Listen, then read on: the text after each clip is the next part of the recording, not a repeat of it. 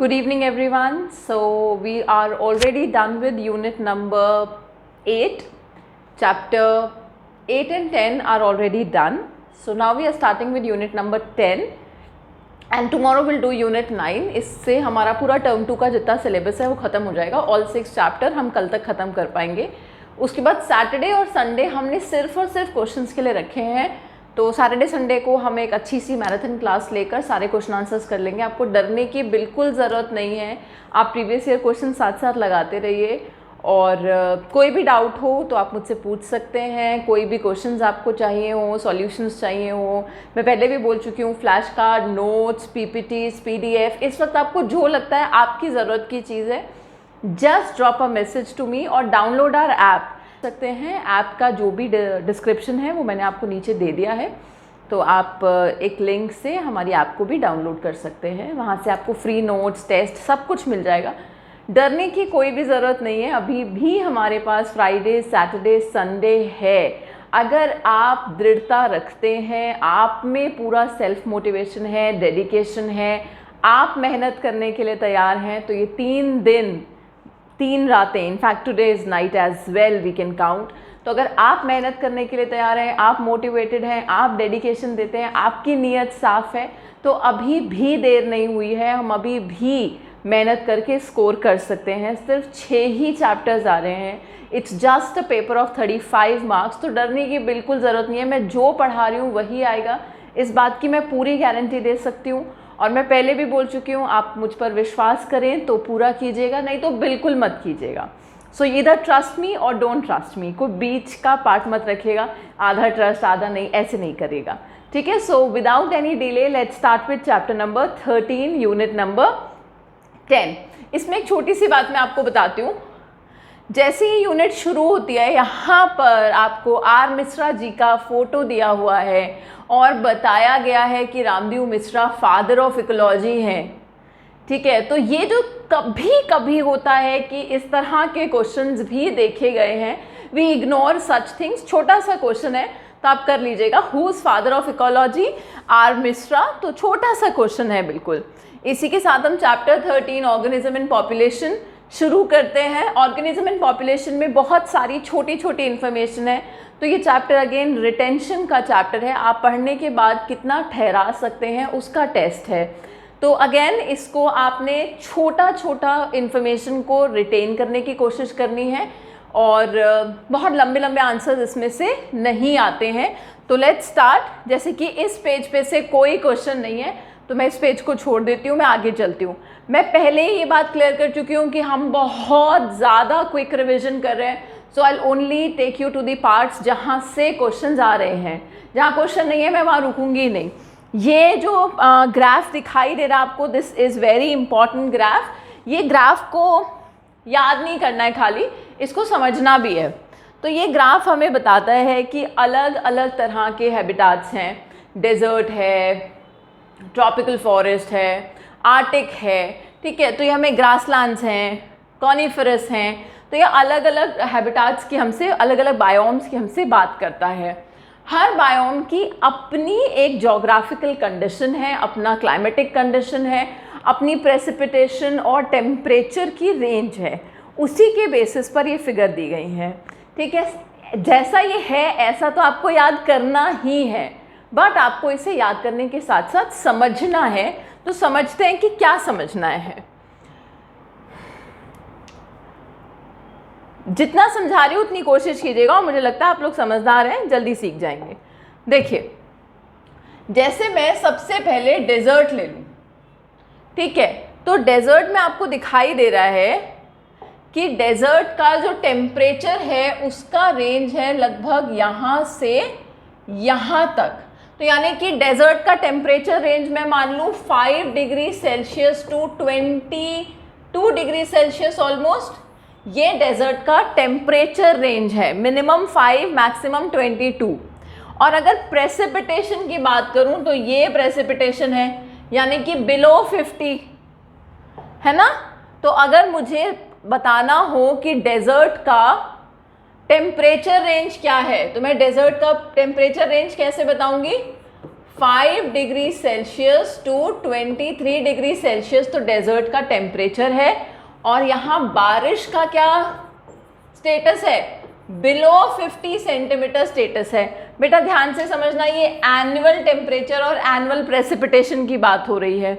अब यही मुझे ग्रासलैंड के बारे में बात करनी हो, ये सेम बात अगर मुझे ग्रासलैंड के बारे में करनी है तो मैं कहूँगी ग्रासलैंड की जो बारिश है वो लगभग 50 to 100 सेंटीमीटर के बीच में है, जबकि टेम्परेचर जो है इसका वो मान लेते हैं कि 0 to 25 जा रहा है। तो इस तरह से आप इसका भी एक टेबल बना लीजिएगा और टेबल के फॉर्म में आप इसे कन्वर्ट कीजिएगा। फॉर एग्जाम्पल आप यहाँ देखेंगे, मैं ट्रॉपिकल फॉरेस्ट को देख लेती हूँ। तो ट्रॉपिकल फॉरेस्ट लगभग 150 से लेकर और ये यहाँ पे जा रहा है 400 तक मान लेते हैं बारिश, ठीक है। तो आपको ये पता होना चाहिए सबसे ज़्यादा रेनफॉल कहाँ होती है, सबसे कम टेम्परेचर रेंज कहाँ पर है, मैक्सिमम टेम्परेचर कहाँ जाता है, लोएस्ट रेनफॉल कहाँ है। तो इस ग्राफ को पढ़कर आपको ये सारी बातें समझ में आनी चाहिए। तो ये एनालिटिकल क्वेश्चन है, इस पे ऑब्जर्वेशन बेस्ड क्वेश्चन आते हैं। तो ये ग्राफ सिर्फ याद करने से काम नहीं चलेगा, इसको समझना पड़ेगा। अगर आपको ये ग्राफ समझ आ गया so give me thumbs up in the comment box. नहीं समझ में आया है लिख दीजिएगा, मैं इस पर एक अलग से वीडियो बना दूंगी, ठीक है। तो again I am moving ahead और मैं बिल्कुल वहीं जा रही हूँ जहाँ क्वेश्चंस हैं, मैं वहाँ नहीं रुकूंगी जहाँ क्वेश्चन नहीं है, ठीक है। नेक्स्ट क्वेश्चन हमारा बहुत लीस्ट प्रोबेबिलिटी है बट फिर भी आ सकता है, डिफाइन नीश, ठीक है। नीश क्या होता है ये बताएं। तो एनसीईआरटी कहती है each organism has an invariably defined range of condition that it can tolerate, diversity in the resources it utilises and distinct functional role in the ecological system. All these together comprise a niche. Niche एक बहुत ही छोटा group of organism है जो एक तरह की habits रखता है, ठीक है, उसको नीश कहते हैं। अब वो कहता है कि कौन कौन सी फैक्टर्स हैं जो अफेक्ट करते हैं। तो दो फैक्टर्स में हमने इसको डिवाइड किया है कि एबायोटिक और बायोटिक हो सकते हैं। जैसे टेम्परेचर पे एक बहुत अच्छा क्वेश्चन आता है और वो है ये डेफिनेशंस। बेटा मैं बिल्कुल सीधा सीधा आपको वहाँ ले जा रही हूँ जहाँ क्वेश्चंस हैं, क्योंकि अभी हमारे पास उतना टाइम नहीं है कि मैं आपको पूरा चैप्टर डिटेल में समझा पाऊँ। तो अभी हम उतना ही कर रहे हैं जितना हमारे काम का है और जहाँ से क्वेश्चन आने की संभावना सबसे ज़्यादा है। अब presently my work is to make you comfortable, calm and motivated. मैं जो पढ़ा रही हूँ वो आएगा, इस बात का मैं बार बार बोल रही हूँ, I am giving you guarantee. तो eurythermal and stenothermal, thermal word से हम समझ जाते हैं कि टेम्परेचर के बारे में बात हो रही है। स्टेनो का मतलब है इनकी रेंज नैरो है, यूरी का मतलब है रेंज वाइड है। बात को समझिएगा, नैरो रेंज का मतलब एक पर्टिकुलर रेंज को ही टॉलरेट कर सकते हैं। अगर मैं कहूँ 20 से 25 डिग्री सेल्सियस, रेंज कम है, 5 डिग्री का रेंज है। मैं कहूँ हम ह्यूमंस हैं, हम बर्फ़ में भी रह रहे हैं, हम तपती गर्मी में भी रह रहे हैं, है ना। तो टेम्परेचर का रेंज आप देख रहे हो, हम माइनस टेम्परेचर में भी रह रहे हैं, हम 50 डिग्री सेल्सियस में भी रह रहे हैं। तो what is the range, wide range है। कोई 0 डिग्री टू 5 डिग्री में रह रहा है, यानी कि वो सर्दी में ही रह पा रहा है, वो गर्मी में नहीं रह पाएगा। नैरो रेंज है, तो narrow range of temperature stenothermal कहलाएंगे और wide range of temperature eurythermal कहलाएंगे। अगर आप चीज़ों को छोटा भी लिख कर आएंगे, can tolerate wide range of temperature, can tolerate narrow range of temperature, कोई आपके मार्क्स कट नहीं कर सकता है। बात को समझिएगा, अगर आपने सही बात लिखी है तो कितने भी कम शब्दों में लिखी हो, अगर वो बात सही है तो आपके मार्क्स नहीं कटेंगे। कोई ज़्यादा लिखने के ज़्यादा नंबर नहीं देता है, ठीक है। बात कंप्लीट होनी चाहिए। जैसा आपने ये टेम्परेचर के लिए कहा, ऐसा ही हम सैलिनिटी के लिए भी कहते हैं, ठीक है। वहाँ पर हमने थर्मल बोला था, यहाँ हम हलाइन वर्ड का यूज़ करेंगे, यूरी हलाइन एंड स्टेनो हलाइन। बात वही रहेगी, नैरो रेंज टॉलरेट कर सकता है और ये वाइड रेंज को टॉलरेट कर सकता है। मैं बिल्कुल क्रिस्प बातें कर रही हूँ अभी आपसे, जितनी इंपॉर्टेंट होंगी सिर्फ उतनी, सारी बातें नहीं करेंगे। अल्टीमेट सोर्स ऑफ एनर्जी धरती पर सन है, ये मुझे बताने की ज़रूरत नहीं है, आप बायो वाले बच्चे हैं। ये आप बचपन से पढ़ते आ रहे हैं, ठीक है, इसमें कोई बहुत बड़ी बात नहीं है। उतनी बात करेंगे जितनी इंपॉर्टेंट है। सॉइल हो सकता है कि इंपॉर्टेंट क्वेश्चन हो जाए, क्योंकि सॉइल पर आपने एक प्रैक्टिकल किया है ना, पर्कोलेशन पर एक क्वेश्चन किया होगा कि मॉइस्चर कितना है, सॉइल कंटेंट कितना है, कौन सी सॉइल कितना वाटर होल्ड कर सकती है, इस तरह का एक क्वेश्चन आपने लैब मैनुअल में किया होगा। तो वाटर होल्डिंग कैपेसिटी और पर्कुलेशन को करके एक क्वेश्चन था। इसमें एक टर्म है जो आपको पता होनी चाहिए और वो है टोपोग्राफी। टोपोग्राफी आपको पता होना चाहिए कि शब्द का क्या मतलब है। तो हो सकता है यहाँ से केस स्टडी या इस तरह का कोई क्वेश्चन आ जाए। टोपोग्राफी का मतलब होता है स्टडी ऑफ सॉइल प्रोफाइल, ठीक है। अब ये ग्राफ बहुत इंपॉर्टेंट है। एक ग्राफ पहला वो वाला इंपॉर्टेंट था, दूसरा ये इंपॉर्टेंट है। ये ग्राफ भी आप रट नहीं सकते हैं। देखो ग्राफ है ही मैथ्स वाला पार्ट, और पेपर सेटर को पता है बायो वाले बच्चे की कमजोरी क्या है। पेपर सेटर अच्छे से जानता है बायो का बच्चा ग्राफ से डरता है, न्यूमेरिकल से डरता है, नंबर से डरता है, डेसिमल से डरता है, पावर से डरता है। तो कहीं ना कहीं वो आपको यहाँ उलझाता है, और यही आपको अपनी जीत बनानी है कि बायो का बच्चा होने के बावजूद भी हम ग्राफ से नहीं डरते हैं, हमें नंबर से डर नहीं लगता। और बेसिक है, 6th 7th 8th 9th 10th वाला मैथ्स है ये, तो इतना हमें आना चाहिए। नहीं आता है तो हम मेहनत कर लेंगे, ठीक है। तो ये एक बहुत बेसिक ग्राफ है। ये एक ग्राफ है जो लीनियर रिलेशनशिप शो करता है। लीनियर का मतलब है ये, लीनियर रिलेशनशिप का मतलब है कि जैसे जैसे इस एक्सिस पर कुछ बढ़ेगा, है ना, वैसे ही इस एक्सिस पर भी कुछ बढ़ेगा। डायरेक्टली प्रोपोर्शनल रिलेशनशिप, अगर ये बढ़ रहा है तो ये भी बढ़ेगा। अगर डायरेक्टली प्रोपोर्शनल रिलेशनशिप है तो ग्राफ कैसा होता है, स्ट्रेट लाइन ग्राफ होता है। स्ट्रेट लाइन ग्राफ आपने फोर्स और मास का जो रिश्ता है डायरेक्टली प्रोपोर्शनल रिश्ता है, तो ये स्ट्रेट लाइन है। इसका मतलब कन्फर्मर्स जो है वो स्ट्रेट लाइन ग्राफ शो करते हैं। कन्फर्मर्स को अगर आप देखें, ग्रीन कलर का जो ग्राफ देखें वो कैसा है, स्ट्रेट लाइन ग्राफ है।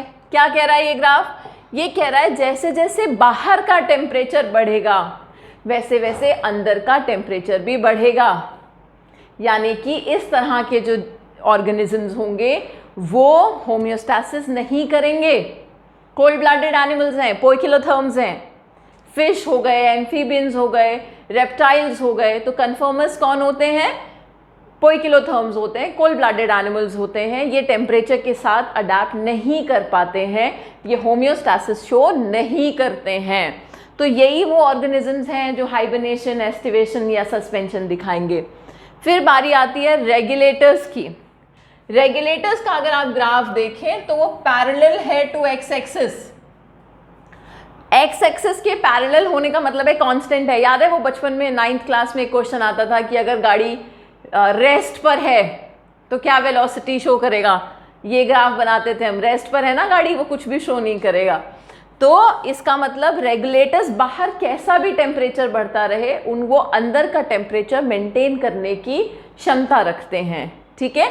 तो हम रेगुलेटर्स हैं, हम होम्योथर्म्स हैं, हम होम्योस्टैसिस दिखाते हैं। तो हम वार्म ब्लडेड एनिमल्स हैं। कौन कौन, बर्ड्स और मैमल्स, ठीक।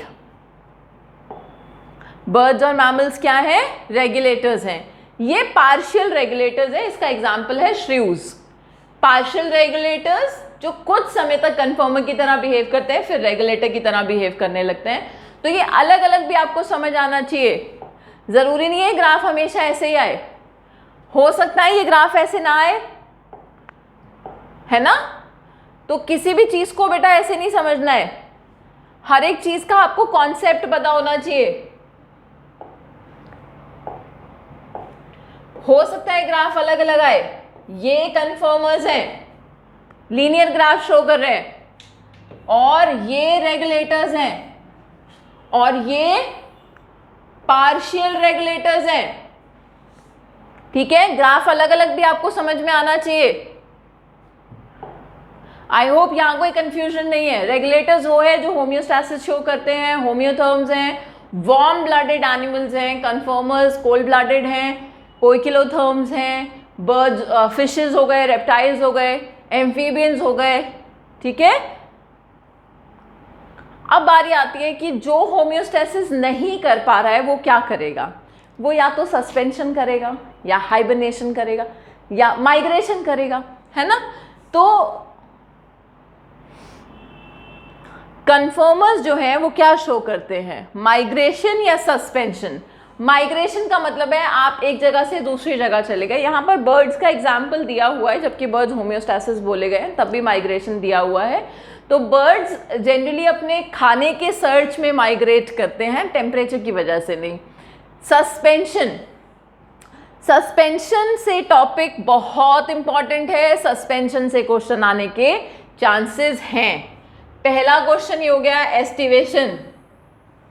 एस्टिवेशन यानी कि summer sleep, example snails and fish. अच्छा क्वेश्चन है बेटा, बहुत अच्छा क्वेश्चन है। दूसरा हाइबरनेशन, हाइबरनेशन बेयर्स। और उससे भी ज्यादा अच्छा क्वेश्चन है diapause. Diapause is a stage of suspension in zooplankton. तो इस पैराग्राफ में अच्छे क्वेश्चंस हैं, मार्क कर लीजिएगा। नेक्स्ट इज डॉर्मेंसी, सीड जब अपने इनएक्टिव पीरियड में होता है, डॉर्मेंसी, ठीक है। तो ये टॉपिक अच्छा है, यहां से क्वेश्चन आने के चांसेस भी अच्छे हैं। छोटी छोटी चीजें, aestivation, summer sleep, hibernation, winter sleep, diapause is a suspension of zooplankton. Very nice question, यहाँ से अच्छे चांसेस हैं। अब बारी आती है अडाप्टेशन की। हम जहाँ रहते हैं वहाँ के हिसाब से खुद को ढाल लेते हैं, और इसे ही कहते हैं अडाप्टेशन। हमें जहाँ रहना है उसी के हिसाब से हम अपने आप को ढालते जाते हैं, अपने आप को अडैप्ट कर लेते हैं, और उसे कहते हैं अडैप्टेशन। जैसे कि यहाँ पर बात की गई है डेजर्ट प्लांट्स की। ये भी आपका जो क्वेश्चन है लैब मैनुअल में अच्छा क्वेश्चन था। तो डेजर्ट प्लांट्स की बात की गई है। तो जो डेजर्ट प्लांट्स हैं उनका जो स्टोमेटा है, संकन स्टोमेटा है। संकन स्टोमेटा इसलिए है कि स्टोमेटा अगर डीप होगा, डेप्थ में होगा, तो वाटर लॉस कम होगा। उनकी जो लीव्स हैं वो स्पाइन बन चुकी हैं, ठीक है। They have no leaves, leaf कांटे बन गई हैं, they are reduce to spine.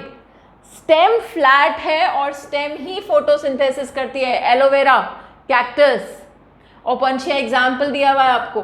और ये कैम साइकिल शो करती है, क्राजिलेशियन एसिड मेटाबॉलिज्म। कैम का मतलब है क्राजिलेशियन एसिड मेटाबॉलिज्म। ये डेजर्ट प्लांट शो करते हैं। सक्यूलेंट्स या जीरोफाइट्स कहते हैं इनको, डेजर्ट प्लांट को। और क्या कहते हैं, जीरोफाइट्स या फिर सक्यूलेंट। कैम साइकिल का मतलब है कि जो स्टोमेटा है वो दिन में बंद होगा, रात में खुलेगा। Stomata is open during night. क्यों ऐसा हो रहा है, ताकि कम ट्रांसपिरेशन हो।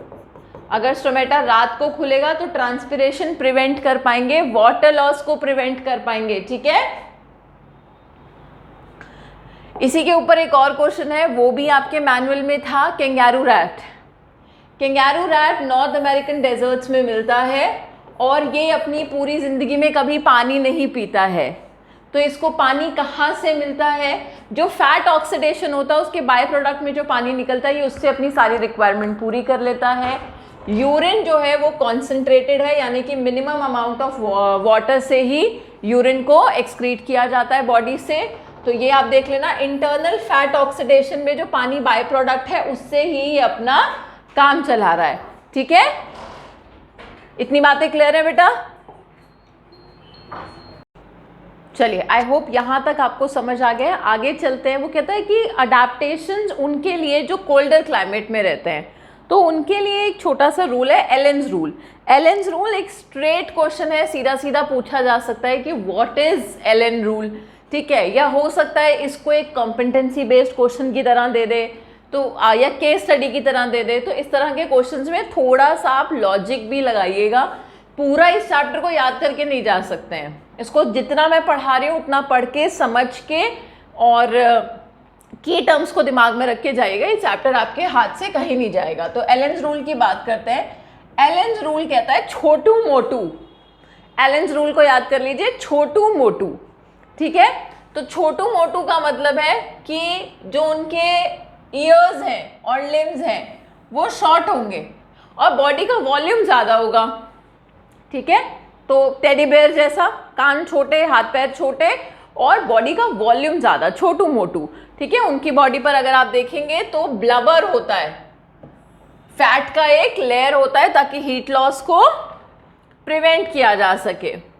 दूसरा वो कहता है कि जैसे आप हायर एल्टीट्यूड्स पे जाते हैं तो आपकी बॉडी वहाँ अडेप्ट करने के लिए एल्टीट्यूड सिकनेस, कुछ लोगों को प्रॉब्लम होता है, वो जब वो पहाड़ों पर जाते हैं तो उन्हें एल्टीट्यूड सिकनेस, नॉजिया होने लगता है, फटीग होने लगता है, वॉमिटिंग होने लगती है, इसको कहते हैं एल्टीट्यूड सिकनेस। पहाड़ों पर जो पर्टिकुलर कुछ लोगों को प्रॉब्लम होती है उसको एल्टीट्यूड सिकनेस कहते हैं। हो क्या रहा है कि जब आप पहाड़ों पर गए तो वहाँ ऑक्सीजन की मात्रा कम है, तो बॉडी उस ऑक्सीजन को कॉम्पेंसेट करने के लिए आरबीसी का प्रोडक्शन इंक्रीज कर देती है ताकि आपकी बॉडी में ऑक्सीजन की कमी ना हो। गाल लाल लाल से हो जाते हैं, रोजी चीक्स हो जाते हैं, सो वो एक एल्टीट्यूड सिकनेस का एक सिंबल है, साइन है, ठीक है। मैं बार बार बोल रही हूँ, मैं सीधी सीधी बातें पढ़ाऊंगी, जितनी इंपॉर्टेंट है उतनी पढ़ाऊंगी। Next question is desert lizard, ठीक है। डेजर्ट लिजर्ट क्या करती है कि जब टेम्परेचर बहुत ज़्यादा हो जाता है, वो कम हो जाता है, सर्दी लगने लगती है, तो वो सन बैस्किंग करता है, यानी कि हीट अब्जॉर्ब करता है अपने कंफर्ट जोन में आने के लिए सन से। पॉपुलेशन एट्रीब्यूट में ये एक ग्राफ है, ग्राफ सारे इंपॉर्टेंट हैं, ग्राफ जितने भी दे रखे हैं सब बहुत ज़्यादा इंपॉर्टेंट हैं, तो ग्राफ कोई नहीं छोड़ के आप जाएंगे। एक्सपेंडिंग, स्टेबल, डिक्लाइनिंग क्वेश्चन आने के सबसे ज़्यादा संभावना है।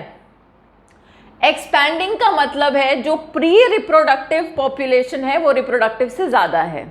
रिप्रोडक्टिव कौन लोग हैं? जो अभी 18 से 50 के बीच में आ रहे हैं, वो रिप्रोडक्टिव लोग हैं, यानी कि वो अपनी अपनी पॉपुलेशन बढ़ा सकते हैं। प्री रिप्रोडक्टिव जो अभी जुवेनाइल फेज में आ रहे हैं, ठीक है। पोस्ट रिप्रोडक्टिव अब जो सीनियर सिटीजन है, जो इस स्टेज पे नहीं है, पॉपुलेशन इंक्रीज कराने में उनका कोई कंट्रीब्यूशन नहीं होगा।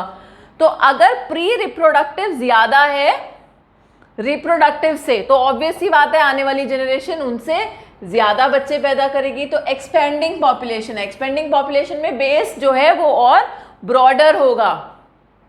स्टेबल का मतलब है जितनी करंट आपको दिखाई दे रही है रिप्रोडक्टिव उतनी ही प्री रिप्रोडक्टिव है, दोनों बराबर हैं, तो स्टेबल है पॉपुलेशन।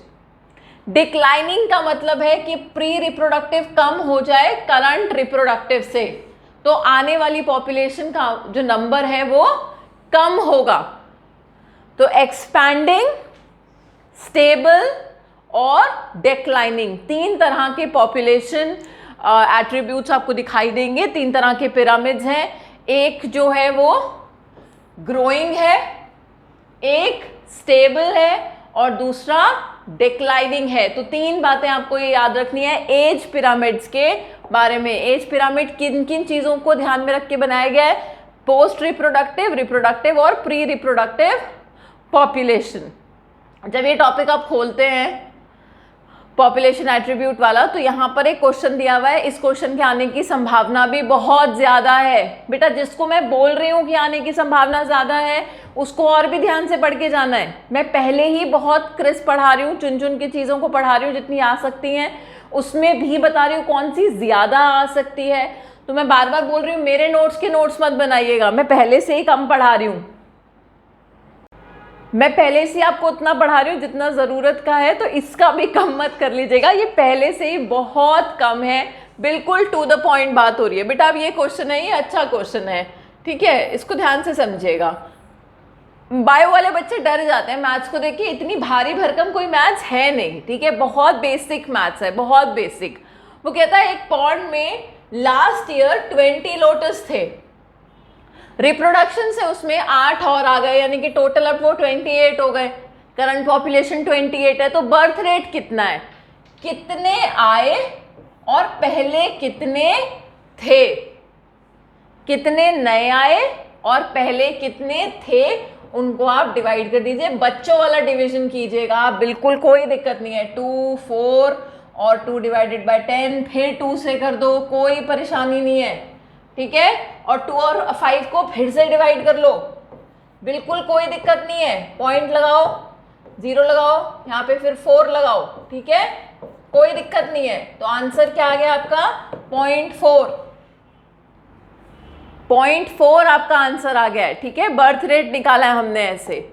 अब दूसरा क्वेश्चन डेथ रेट का है कि लेबोरेटरी में पहले 4, if 4 individuals in a laboratory died, 40 में से 4 की डेथ हो गई है, 40 फ्रूट फ्लाई थी, 4 की डेथ हो गई है, तो डेथ रेट क्या है, सेम, जितने मर गए अपॉन जितने टोटल पहले थे, तो 1/10 यानी कि 0.1, ठीक है। बिल्कुल बेसिक क्वेश्चन है पर ये आ सकता है।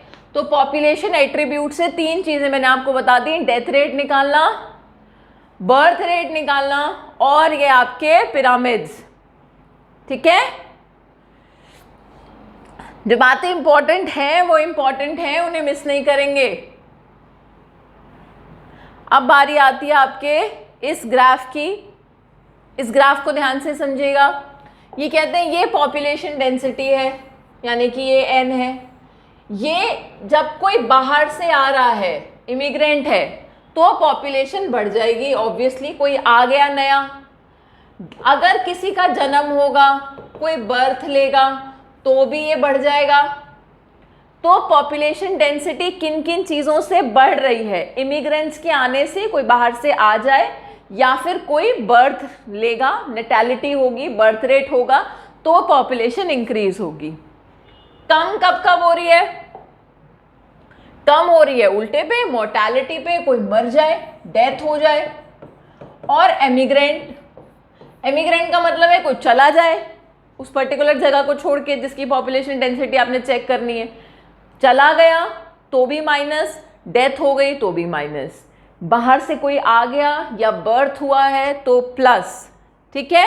ये बात आपको बेटा हो सकता है वो इसको बदल दे, ये कोई पिक्चर नहीं है, इसने इसको याद नहीं करना है आपने एरो और प्लस माइनस, इतना सारी बहुत छोटा दिमाग लगाने वाली बातें हैं। ऐसा नहीं वो सेम ऐसा ही देगा, थोड़ा सा हर चीज रटने वाली नहीं होती है, थोड़ा सा ट्विस्ट करके वो इसको दे सकता है। तो आपको लॉजिक पता होगा तो ये बहुत आसान चीज है। इस पर हो सकता है वो आपको एक न्यूमेरिकल दे दे कि करंट पॉपुलेशन इतनी है, इतने लोग पैदा हो गए, इतने मर गए, इतने बाहर से आ गए, इतने बाहर चले गए, तो अब पॉपुलेशन क्या हो जाएगी। मान लेते हैं करंट पॉपुलेशन 100 है, ठीक है। अब नए लोग पैदा हो गए 4, 2 बाहर कहीं से आ गए हैं, ठीक है। और वो कहता है कि 2 की डेथ हो गई और 3 जो है, चलो 1 मान लेते हैं, 1 जो है वो शहर छोड़ के चला गया। तो अब ये कितना हो गया, 100 प्लस 6 माइनस 3, यानी कि टोटल पॉपुलेशन हो गई 100 प्लस 3 यानी कि 103, ठीक है। करंट पॉपुलेशन 100 थी, 4 बच्चे पैदा हो गए और हो सकता है 2 लोग शहर छोड़ के चले गए हो, 2 की डेथ हो गई हो, 1 शहर छोड़ के चला गया हो, 2 की डेथ हो गई हो और 2 लोग कहीं से आ गए हों। आसान सा क्वेश्चन है, जैसे जैसे बोलेगा वैसे वैसे वैल्यूज को प्लेस कर दीजिएगा, डरने की कोई जरूरत नहीं है, वेरी बेसिक, बहुत बचपन वाली मैथ्स है, ठीक है। चलिए आगे चलते हैं। ग्रोथ मॉडल फिक्स्ड क्वेश्चन है, इस पर पेपर आएगा ही आएगा। ग्रोथ मॉडल रखा हुआ क्वेश्चन है पेपर में, बिल्कुल आएगा, 2 में आए 3 में आए, ग्रोथ मॉडल पे पेपर आएगा, ठीक है, कोई कंफ्यूजन नहीं है इसमें, ग्रोथ मॉडल पक्का आ रहा है, ठीक है। चलिए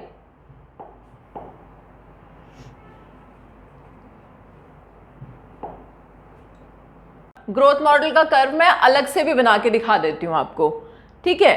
ग्रोथ मॉडल का कर्व समझने की कोशिश कीजिएगा। वो कहता है कि अगर रिसोर्सेज अनलिमिटेड हैं, खाना पीना रहना सब अनलिमिटेड है, तो पॉपुलेशन कैसे बढ़ेगी? पॉपुलेशन एक्सपोनेंशियली बढ़ेगी, बढ़ती रहेगी। भाई सबको खाना पीना मिलता रहेगा, कोई कंपटीशन नहीं है, कोई लड़ाई नहीं है, कोई स्ट्रगल नहीं है, सब जिएंगे आराम से, कोई दिक्कत ही नहीं है। इसे कहते हैं एक्सपोनेंशियल ग्रोथ। इस तरह का ग्राफ होगा, जे शेप्ड ग्राफ, ठीक है। ये एक्सपोनेंशियल ग्रोथ शो करेगा। एक्सपोनेंशियल ग्रोथ कब होगी? जब रिसोर्सेज अनलिमिटेड होंगी, है ना, खाने पीने की कोई कमी नहीं होगी।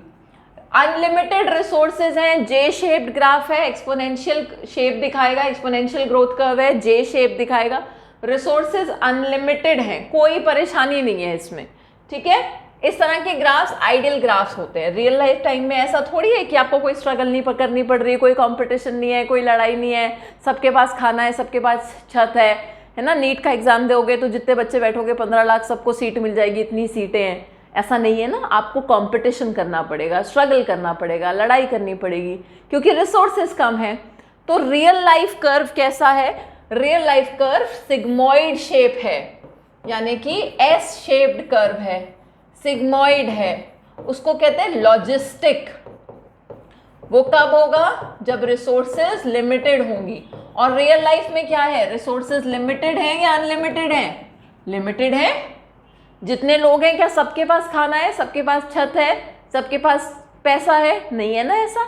बेसिक चीज़ों के लिए भी हमें स्ट्रगल करना पड़ता है, एग्जिस्टेंस के लिए स्ट्रगल करना पड़ता है, लड़ाई करना पड़ता है अपने लिए, है ना। तो रियल लाइफ में कैसा होता है? रिसोर्सेज लिमिटेड हैं, तो लॉजिस्टिक ग्रोथ कर्व दिखाई देगा, एस शेप्ड कर्व दिखाई देगा, सिग्मोइड दिखाई देगा। अगर आप एनसीईआरटी की तरफ वापस आएंगे तो आपको दिखेगा कि ये वाला जो कर्व है ये एक पॉइंट के बाद कांस्टेंट हो गया, है ना। इसको आप ध्यान से देखोगे तो ये ऐसा दिख रहा है आपको, पैरेलल टू एक्स एक्सिस, यानी कि एक पॉइंट के बाद ये अपनी पॉपुलेशन को खाना पीना सर्व नहीं कर पाएंगे।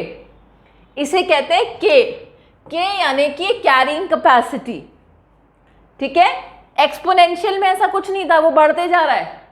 तो अगर एक्सपोनेंशियल कर्व को मुझे मैथमेटिकली प्रूव करना है या मैथमेटिकली शो करना है तो हम कहते हैं dn/dt is equal to rn। यहाँ पर r क्या है? इंट्रिंसिक फैक्टर, n क्या है? पॉपुलेशन, ठीक है। dn/dt यहाँ पर हम पॉपुलेशन की बात कर रहे हैं, रेट ऑफ पॉपुलेशन की बात कर रहे हैं यहाँ पर हम।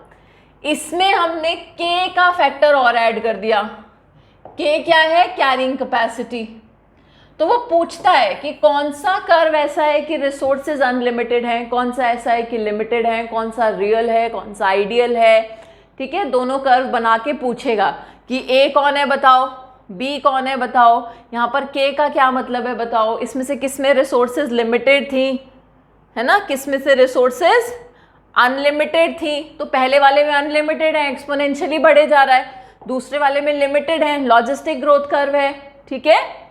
इसका यहाँ पर आप देख सकते हो एक नाम भी दिया हुआ है लॉजिस्टिक ग्रोथ कर्व का, वर्ल्हॉर्स-पर्ल लॉजिस्टिक ग्रोथ दिखाई दे रहा है। तो सारी चीजें पढ़ के जानी है, हो सकता है वो लॉजिस्टिक के नाम से ना दे, इसके नाम से दे दे, ठीक है। मैथमेटिकल इक्वेशन क्या है, कंपैरिजन क्या है, कंडीशंस क्या हैं, ये बहुत इंपॉर्टेंट क्वेश्चन है, बिल्कुल पेपर में आएगा, इसके बिना पेपर बनेगा नहीं। Very very important question, this is extremely important, बिल्कुल आ रहा है, पक्का ये क्वेश्चन आपके एग्जाम में आएगा। अब बारी आती है पॉपुलेशन इंटरैक्शन की। ये लास्ट टॉपिक है चैप्टर का और बड़ा ही आसान सा टॉपिक है, मस्ती मजाक स्टोरी की तरह खत्म हो जाता है।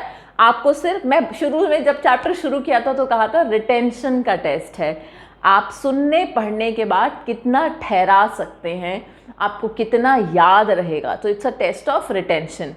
3 दिन बचे हैं पेपर में, अच्छा रिवीजन करेंगे, सब हो जाएगा। अगर क्वेश्चन आंसर करने का टाइम नहीं है तो प्लीज़ क्वेश्चन आंसर पढ़िए। आप कोई भी रेफरेंस बुक ले लीजिए, मैं किसी रेफरेंस बुक का नाम नहीं लूँगी, आपको पता है कौन सी अच्छी रेफरेंसेस बुक हैं अवेलेबल। नहीं है आपके पास, प्लीज़ मुझे बता दीजिए, मैं आपको PDFs भेज दूँगी। आप सिर्फ क्वेश्चन आंसर पढ़ भी अगर लेंगे तो भी इस वक्त आपका ब्रेन जिस स्थिति में आप हैं, जिस मनोस्थिति में आप हैं, इतना ज़्यादा नॉर्मल से आपका ब्रेन अभी काम कर रहा होगा कि आप जो भी पढ़ेंगे आपको याद रहेगा, क्योंकि अभी आप सीरियसली जेन्युइनली पढ़ना चाहते हैं। आप चाहते हैं आप एग्ज़ाम अच्छा दें, आप चाहते हैं कि आपका पेपर वो आए जो आपने पढ़ा हुआ है। तो आप क्वेश्चन आंसर अगर कर नहीं पा रहे हैं, आपको लगता है आपने कुछ भी नहीं पढ़ा हुआ है, तो एटलीस्ट ये वीडियोस देखने के बाद आप क्वेश्चन आंसर रीड कर लीजिए. If you can't learn them, just read them. Okay, कहीं ना कहीं आपका subconscious brain will help you. अब हमने बात करी है पॉपुलेशन इंटरैक्शन की. 6 तरह के इंटरैक्शन है. तो मान लेते हैं कि आप एक हॉस्टल गए हैं, ठीक है. तो आपको हॉस्टल में कुछ किस्से हैं जो मैं फटाफट से बताती हूँ, उस हिसाब से हम इसको याद कर लेंगे. मान लेते हैं आपको एक ऐसा रूममेट मिला जो कहता है कि यार मैं दिन का खाना बना लूँगा, तुम रात का बना लेना, और मंडे को सफाई मैं कर लूँगा, ट्यूसडे को तुम कर लेना, चैप्टर 3 के नोट्स मैं बना लेता हूँ, चैप्टर 4 के तुम बना लो. And this is how they are helping each other. इस महीने बिजली का बिल मैं भर देता हूँ, अगले महीने तुम भर देना. Mutualism, both are helping each other. Plus plus, दोनों को फायदा हो रहा है ना, दोनों का फायदा हो रहा है. Mutualism, symbiosis, both are helping each other. एक होता है वो कहता है आपने नोट्स बनाए, उसने फेंक दिए डस्टबिन में, इससे उसका कोई फायदा नहीं हुआ, आपका नुकसान हो गया. तो उसका ना फायदा ना नुकसान, आपका नुकसान. जीरो एंड माइनस, एमेंसलिज्म, ये लास्ट वाला. एक होता है वो चाय बना के लाया, आपको भी दे दी कि भाई मैं बना रहा था अपने लिए, ले तू भी पी ले, है ना. इसमें उसका ना नुकसान ना फायदा, आपका फायदा. खाना बना रहा था, थोड़ा सा एक्स्ट्रा बन गया, भाई तू भी खा ले, कोई बात नहीं. तो इसे कहते हैं कमेंसलिज्म.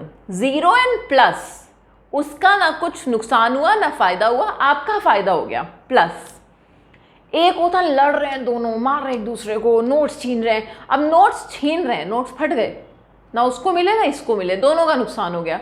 माइनस माइनस, कंपटीशन हुआ तो दोनों का नुकसान होगा. मारेंगे पीटेंगे तो किसी को कम लगेगी, किसी को ज़्यादा लगेगी, लगेगी तो दोनों को. तो माइनस माइनस, कंपटीशन में दोनों का नुकसान होता है. म्यूचुअलिज्म में दोनों का फायदा होता है. कमेंसलिज्म में एक का फायदा होता है, दूसरा जीरो पर है, निल है, उसको कुछ फर्क नहीं पड़ा, ना फायदा ना नुकसान. एमेंसलिज्म में एक का नुकसान हो गया और एक का ना फायदा ना नुकसान. आप जा रहे थे, आपके पैरों के नीचे चींटी आ गई, चींटी मर गई, आपको फर्क पता भी नहीं चला कि चींटी मर गई, तो आप जीरो पर है, ना फायदा ना नुकसान, चींटी की जान गई. एमेंसलिज्म, एमेंसलिज्म का एग्जाम्पल पेनिसिलियम. पेनिसिलियम नोटेटम के प्रेजेंस से स्टेफाइलोकोकस मर गया, है ना. इसमें फंगस का कोई फायदा नहीं हुआ ना नुकसान हुआ, पर उस बेचारे की तो जान चली गई. तो zero and minus, amensalism. Amensalism का एग्जाम्पल इस चैप्टर में नहीं है, तो आपको इसको ध्यान से समझना है. एमेंसलिज्म का एग्जाम्पल क्या है? Penicillium notatum and staphylococcus. इसमें स्टेफाइलोकोकस का नुकसान, पेनिसिलियम का ना नुकसान ना फायदा. ठीक है. फिर बारी आती है आपकी पैरासिटिज्म. पैरासिटिज्म हम बचपन से पढ़ते आ रहे हैं, और प्रेडेशन भी हम बचपन से पढ़ते आ रहे हैं. प्रेडेशन का मतलब है एक शिकारी है और दूसरा शिकार बनेगा, तो ऑब्वियसली शिकारी को खाना मिलेगा, शिकार की जान जाएगी. Plus minus. पैरासिटिज्म में भी ऐसा ही होगा, होस्ट का नुकसान होगा, पैरासाइट को खाना मिलेगा. Plus minus. ये समझ आ गया बात? अब हमें पढ़ने हैं इनके एग्जाम्पल्स. तो प्रेडेशन की अगर मैं बात करूं तो वो कहते हैं प्रेडेटर्स नेचर के लिए अच्छे हैं.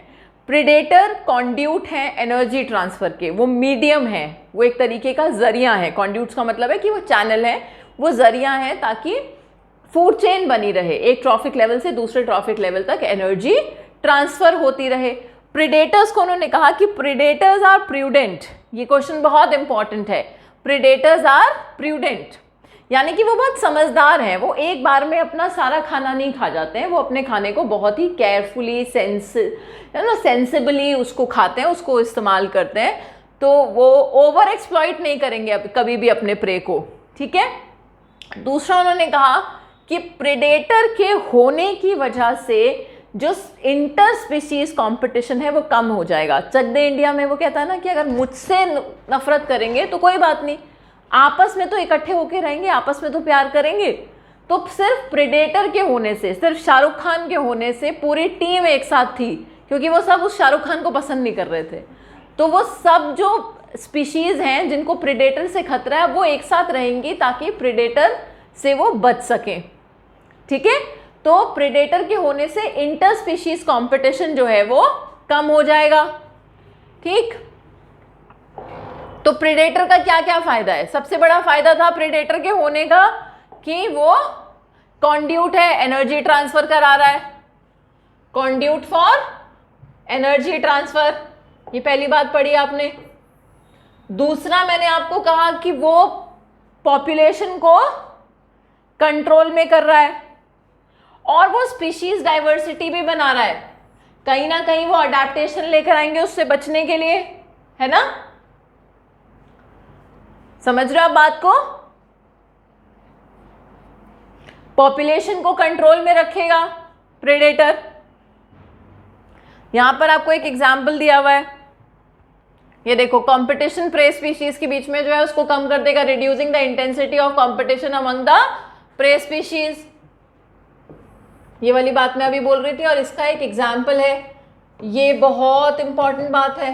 वो कहते हैं रॉकी इंटरटाइडल कम्युनिटीज में अमेरिकन पैसिफिक कोस्ट में पिसास्टर जो है एक स्टारफिश, वो बहुत इंपॉर्टेंट प्रेडेटर था। तो जब स्टारफिश हटा दिए तो सिर्फ एक स्टारफिश के हटने की वजह से इन्वर्टेब्रेट्स की 10 स्पीशीज चली गई। उस प्रेडेटर के होने की वजह से ये स्पीशीज आपस में झगड़ा नहीं कर रही थी, पर जैसे ही प्रेडेटर चला गया इनमें कंपटीशन हुआ और इन्वर्टेब्रेट्स की 10 स्पीशीज एक्सटिंक्ट हो गई। तो प्रेडेटर क्या कर रहे थे, इंटर स्पीशीज कंपटीशन को कम कर रहे हैं, उनको यूनाइटेड रख रहे हैं। ठीक है, बहुत छोटा छोटा याद करना है बेटा। अब वो कहता है कि ऐसा थोड़ी है कि प्रेडेटर खाने आएगा और प्रे कहेगा हाँ जी मुझे खा लो। भाई जो शिकार है वो भी तो शिकारी से बचने के लिए कुछ करेगा, अपने आप को बचाने की कोशिश करेगा। कोई बहुत तेजी से भागता है, कोई पेड़ पे चढ़ जाता है, कोई छुप जाता है, कोई कैमोफ्लैज करता है।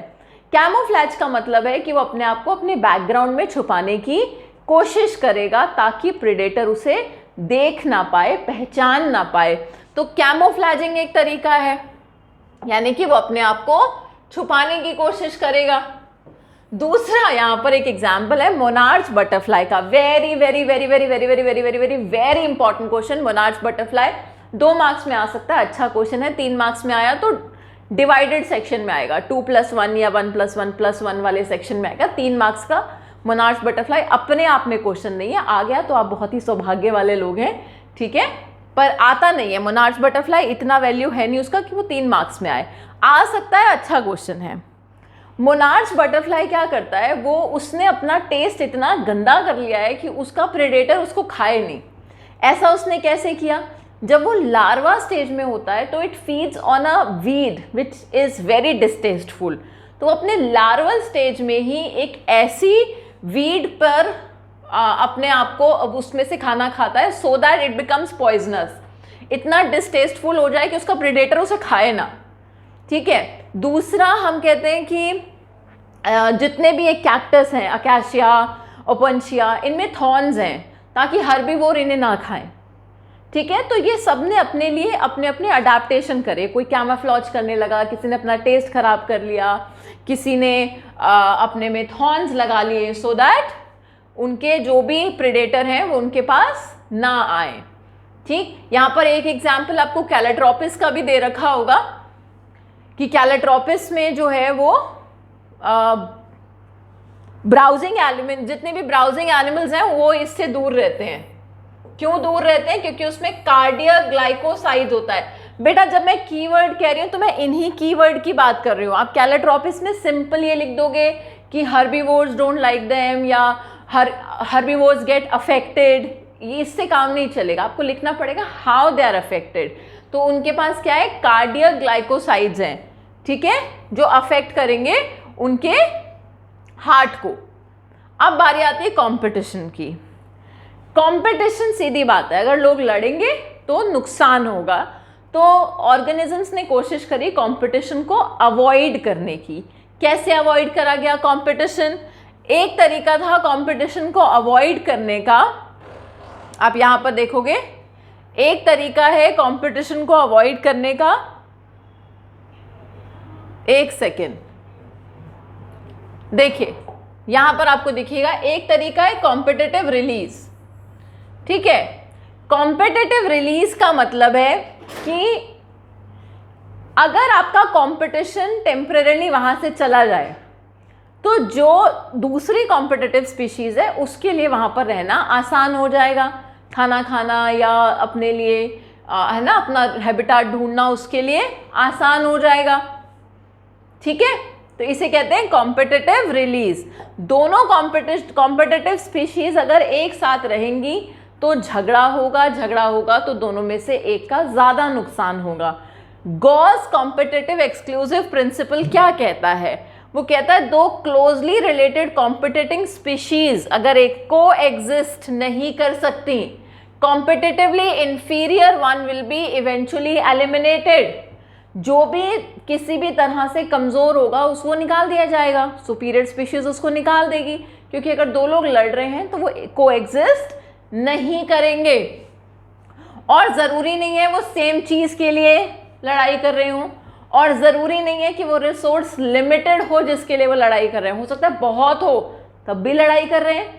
ठीक है, तो यहाँ पर किसका नुकसान होगा? जो इन्फीरियर है, जो कमज़ोर है, उसका नुकसान होगा। ठीक है, दूसरा तरीका है कंपटीशन को अवॉइड करने का, रिसोर्स पार्शनिंग। रिसोर्स पार्शनिंग का मतलब है जगह बदल दो या समय बदल दो। इतना एरिया मेरा है, यहाँ मैं खाऊंगा, और जैसे पेड़ है, पेड़ की एक डाली पे तुम रह लो, पेड़ की दूसरी डाली पे हम रह लेते हैं, हम यहाँ नहीं आएंगे, तुम वहाँ मत आना। ठीक है, तो इसे कहते हैं रिसोर्स पार्शनिंग। जो भी रिसोर्स है उसे आप डिवाइड कर लो और वो अपना या तो टाइम बदल लो या फिर उसकी जगह बदल लो। ठीक है, नेक्स्ट आता है पैरासिटिज्म। पैरासिटिज्म का मतलब है कि लिविंग होस्ट में पैरासाइट रहेगा और उसे नुकसान पहुंचाएगा, उसमें से अपना नरिशमेंट विड्रॉ करेगा और इस पूरे प्रोसेस में होस्ट बीमार हो जाएगा। पैरासिटिज्म है। अब पैरासाइट जैसे जैसे होस्ट इवॉल्व करता है वैसे वैसे पैरासाइट भी इवॉल्व करता है। ठीक है, ये सारे क्वेश्चंस आपने लिमिटेड आंसर्स में याद करने हैं, इसको बहुत लंबा लंबा याद मत कीजिएगा। लिखा हुआ है पैराग्राफ में, आपने पैराग्राफ में याद नहीं करना है इसको। तो पैरासाइट ने क्या करा है, पैरासाइट की क्या अडेप्टेशन है? पैरासाइट की अडेप्टेशन ये है कि उसकी रिप्रोडक्टिव कैपेसिटी बहुत ज़्यादा है, उसके पास डाइजेस्टिव सिस्टम नहीं है क्योंकि उसको पका पकाया खाना मिलता है, उसने ब्लड पे सर्वाइव करना है, उसके पास सकर्स हैं ताकि वो आसानी से अपने पैरासाइट पर चिपक सके, उसके पास कोई अननेसेसरी ऑर्गन्स नहीं है, उसको ना खाना सूंघना है ना टेस्ट करना है ना खाना ढूंढना है, उसको तो बना बनाया खाना मिलेगा। यहाँ पर अच्छा क्वेश्चन है, लिवर फ्लूक के होस्ट कौन है ना? लिवर फ्लूक के होस्ट कौन है? स्नेल और फिश। प्लाज्मोडियम का होस्ट कौन है? एनोफिलीज मॉस्किटो और ह्यूमंस। ठीक है,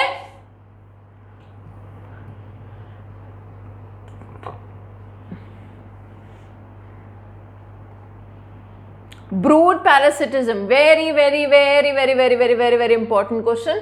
ये आ सकता है भैया, कितने भी मार्क्स में आ सकता है, ये डिपेंड करता है देने वाले पर। ये अच्छा क्वेश्चन है, मेरे हिसाब से 2 मार्क्स में आना चाहिए। ब्रूड पैरासिटिज्म अच्छा क्वेश्चन है। ब्रूड पैरासिटिज्म का मतलब है कि ये हमने देखा कि जो काकू बर्ड है वो अपना नेस्ट नहीं बनाती, तो it Lay's it's egg in the nest of crow. तो वो कौवे के अंडे में अपने कौवे के नेस्ट में अपने अंडे दे रही है। ठीक है, तो काकू बर्ड जो कोयल है वो अपना नेस्ट नहीं बनाती है, वो अपने अंडे कहाँ देती है? कोयल के घोंसले में।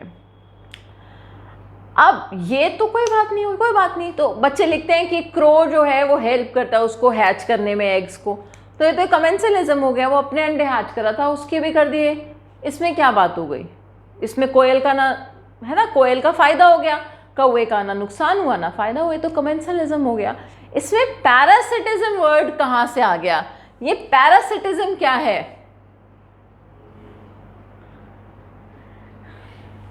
तो यहां पर आप देखोगे तो वो कहता है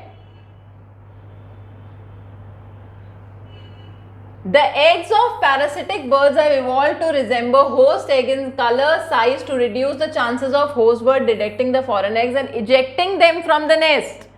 जो parasitic bird है यानी कि कोयल है, उसके जो eggs हैं हैच होने के बाद वहाँ से क्रो के eggs को हटा देते हैं। ये पैरासिटिज्म है कि होस्ट का नुकसान, पैरासाइट का फायदा, प्लस एंड माइनस। तो इसमें सिर्फ ये मत लिख के आना कि वो उसके एग्स हैच कराने में हेल्प करता है, पूरी बात लिखना। कमेंसलिज्म की कुछ नहीं, आपने सीधे सीधे सिर्फ एग्जाम्पल याद करने हैं। कमेंसलिज्म का और कोई क्वेश्चन आएगा ही नहीं। Orchid on a mango tree, barnacles on the back of whale and egrets on cattle. बिल्कुल सीधे सीधे इसके सिर्फ क्या याद करने हैं, एग्जाम्पल्स, कुछ नहीं और याद करना है। कमेंसलिज्म में एक का फायदा है, एक का ना नुकसान ना फायदा, है ना। यहाँ पर आप देख रहे हो सी एनेमोन और क्लाउन फिश, सीधे सीधे आपको सिर्फ एग्जाम्पल याद करने हैं। म्यूचुअलिज्म में दो एग्जाम्पल हैं, माइकोराइजा और लाइकन। माइकोराइजा में फंगस, ये अभी हम चैप्टर 10 में भी पढ़कर आए हैं, फंगस बड़े प्लांट के रूट में रहती है और उसे फॉस्फोरस अब्जॉर्प्शन में हेल्प करती है, बदले में उसको शेल्टर मिल जाता है। लाइकन में आपके पास दो चीजें हैं। Lichen is association of alga and fungus. तो एल्गी फोटोसिंथेटिक है, वो खाना बना लेती है, बदले में फंगस उसको प्रोटेक्शन दे देता है। दूसरा एग्जाम्पल एनसीईआरटी ने यहाँ बनाया हुआ है, आप देख सकते हो, फिग एंड वैस्प, है ना। फिग एक फ्रूट है जिसमें वैस्प अपने लार्वाज ले करता है। और आपने चैप्टर 2 में पढ़ा है यक्का एंड मॉथ, वो भी म्यूचुअलिज्म का एग्जाम्पल है। पर एनसीईआरटी ने बाद में एक बात लिख दी चीटिंग वाली, जहां पर म्यूचुअलिज्म के नाम पर मिमिक्री की गई, चीटिंग करी गई और सूडो कॉपुलेशन किया गया। ऑर्किड फ्लावर की एक पेटल फीमेल बी की तरह बिहेव करती है to attract the male bee for the copulation, ताकि उसका अपना पॉलिनेशन हो जाए, ठीक है। So this is known as pseudo copulation, mimicry and a clear case of cheating. तो ये मैंने आपको बहुत क्रिस्प ये चैप्टर समझा दिया है, जितना पॉइंटर्स आ सकते थे, जो जो चीज़ें इंपॉर्टेंट हैं मैंने वो आपको सारी बता दी हैं, ठीक है। अब हम कल सिर्फ क्वेश्चन आंसर से शुरू करेंगे, चैप्टर 15 की वीडियो भी आज ही अपलोड हो जाएगी। कल हम सिर्फ क्वेश्चंस करेंगे। तो next 3 days, Friday Saturday Sunday, just only doing the questions and answers, कि अब क्या पूछा जाएगा और उस पर क्या लिख कर आना है, ठीक है। सो आप वीडियोस देखते रहिए और साथ साथ क्वेश्चन आंसर्स पढ़ते रहिए, पढ़ने से भी बहुत फ़ायदा हो जाएगा, ठीक है। चलिए।